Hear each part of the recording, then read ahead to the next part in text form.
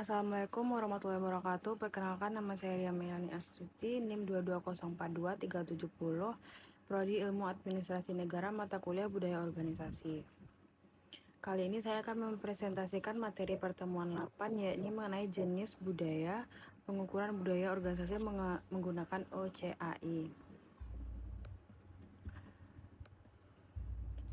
Jenis budaya organisasi. Jenis budaya organisasi dapat ditentukan berdasarkan proses informasi dan tujuannya. Yang pertama yaitu berdasarkan proses informasi. Robert dan Michael membagi budaya organisasi berdasarkan proses informasi sebagai berikut. Yang pertama yaitu budaya rasional. Proses informasi individu atau klarifikasi sasaran pertimbangan logika, perangkat pengarahan. Diasumsikan sebagai sarana bagi tujuan kinerja yang ditunjukkan atau efisiensi, produktivitas, dan keuntungan atau dampak.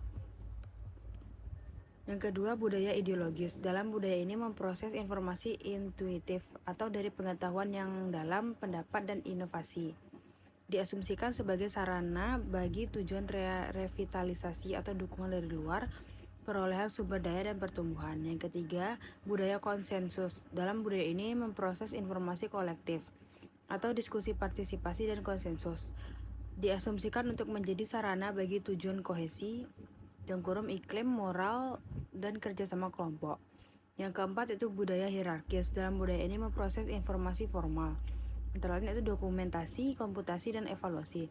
Diasumsikan sebagai sarana bagi tujuan kesinambungan, stabilitas, kontrol, dan koordinasi.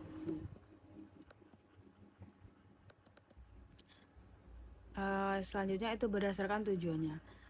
Ndaraha 1997 membagi budaya organisasi berdasarkan tujuannya, yaitu budaya organisasi perusahaan, budaya organisasi publik, dan budaya organisasi sosial. OCAI merupakan singkatan dari Organization Culture Assessment Instrument, merupakan instrumen dalam menggambarkan profil budaya organisasi atau PBO. Instrumen ini merupakan suatu kerangka yang dikembangkan awalnya dari riset yang dilakukan atas indikator utama dari organisasi yang efektif. Tujuan OCAI adalah untuk menilai 6 dimensi kunci budaya organisasi, yaitu karakter dominan, tipe kepemimpinan, manajemen personal, perekat organisasi, penekanan strategi, dan kriteria keberhasilan.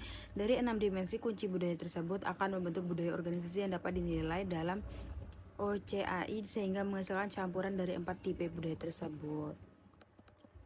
Lanjut, menurut Kusdi, OCAI ini berbentuk sebuah kuesioner yang memerlukan tanggapan dari responden. Pengukuran OCAI dibuat berdasarkan skala yang disebut Objective Rating Scale, di mana individu diminta membagi nilai 100 untuk 4 alternatif jawaban pada setiap dimensi kultur. Dengan metode Objective Rating Scale, responden dipaksa untuk melihat tipe-tipe kultur induk sebagai suatu yang terpisah, tapi saling memiliki keterkaitan. Hal ini pula basis pemikiran Cameron dan Quinn, bahwa setiap organisasi pada dasarnya adalah campuran dari 4 tipe yang ada. Responden diminta untuk membagi 100 poin pada 4 alternatif yang menggambarkan 4 tipe budaya organisasi berdasarkan kondisi perusahaan saat ini. Metode ini digunakan untuk pengukuran yang dimana dari 4 budaya yang dominan di perusahaan masa lampau atau saat ini. Dengan mengambil tes kedua kali ini membagi 100 poin untuk alternatif yang sama menurut apa yang responden inginkan pada perusahaan, sehingga hasrat untuk berubah dapat diukur. Sekian pemaparan materi pertemuan 8 dari saya. Mohon maaf jika ada kesalahan. Assalamualaikum warahmatullahi wabarakatuh.